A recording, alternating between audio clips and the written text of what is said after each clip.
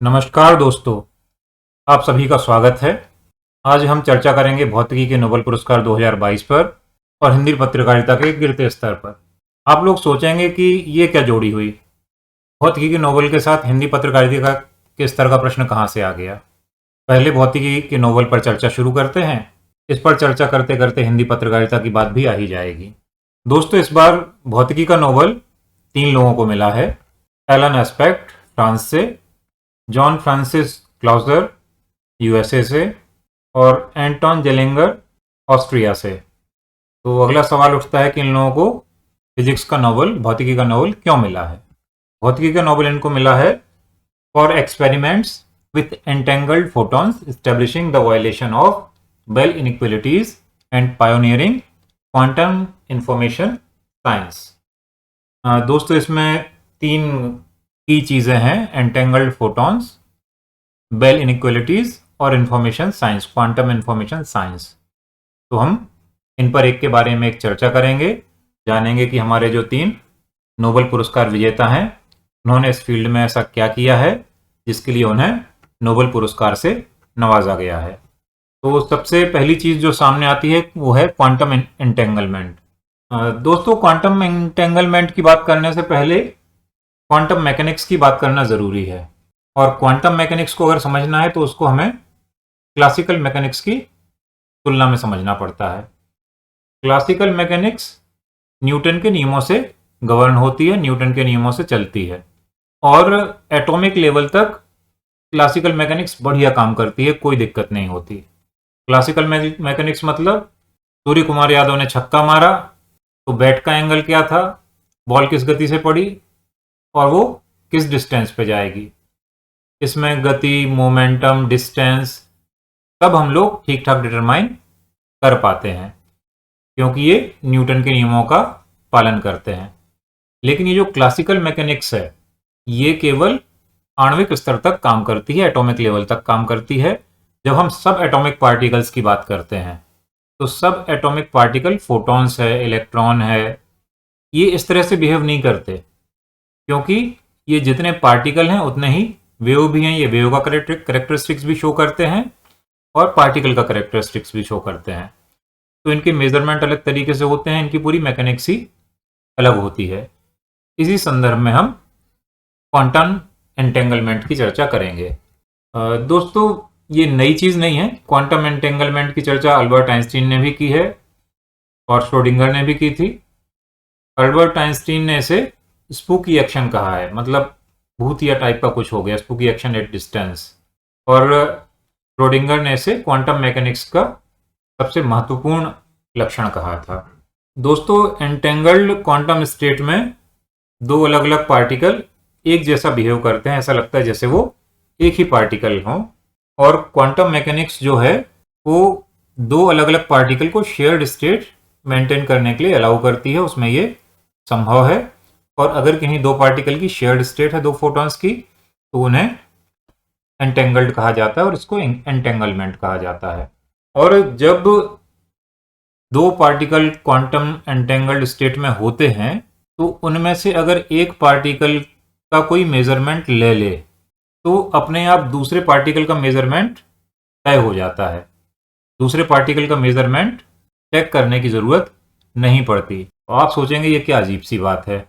तो इसको हम क्लासिकल मैकेनिक्स के माध्यम से समझने की कोशिश करते हैं।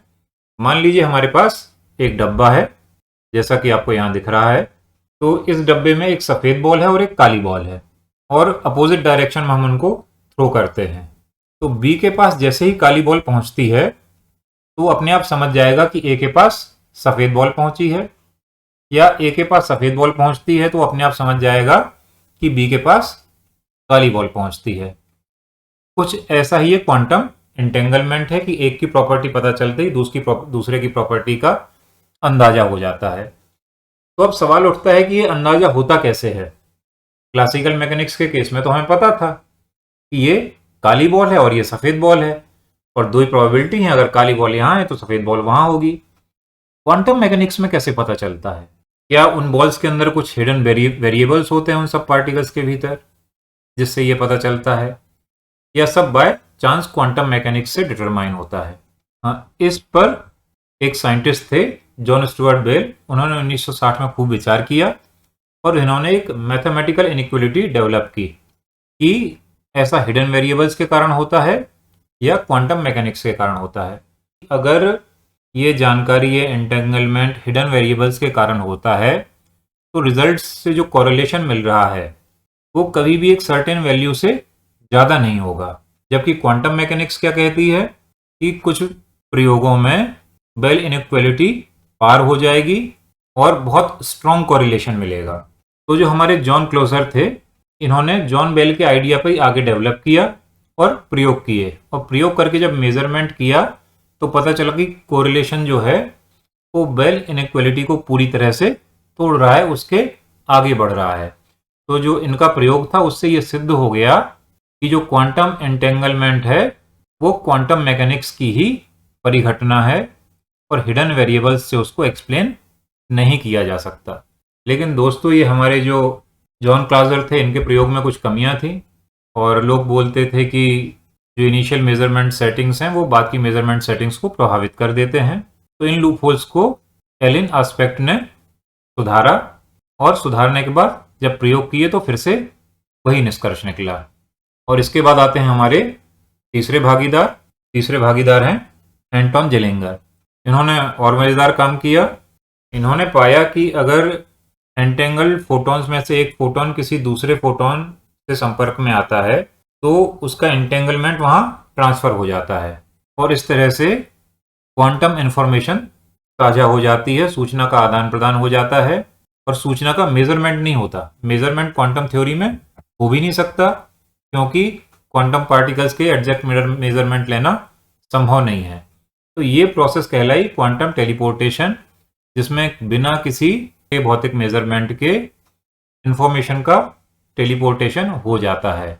और दोस्तों, यहीं हिंदी पत्रकारिता वाली भी बात आ जाती है, क्योंकि क्वांटम मैकेनिक्स में जो टेलीपोर्टेशन है वो इंफॉर्मेशन का टेलीपोर्टेशन है, मैटर का टेलीपोर्टेशन नहीं है। लेकिन हमारे देश के कुछ सबसे तेज न्यूज़ चैनल क्या करते हैं, उन्होंने इस खबर को कुछ इस तरह से छापा, पलक झपकते ही दिल्ली से न्यूयॉर्क, क्या है वो तकनीक जिसके लिए मिला नोबेल। फिर आगे लिखते हैं एक्सप्लेन करते हुए, क्वांटम एंटेंगलमेंट का सबसे बड़ा फायदा भविष्य में जो होगा वो है टेलीपोर्टेशन, यानी किसी व्यक्ति को किसी एक जगह से दूसरी जगह अणुओं में बदलकर तेजी से पहुंचाना, फिर वहां से उसे वापस उसी स्वरूप में खड़ा कर देना।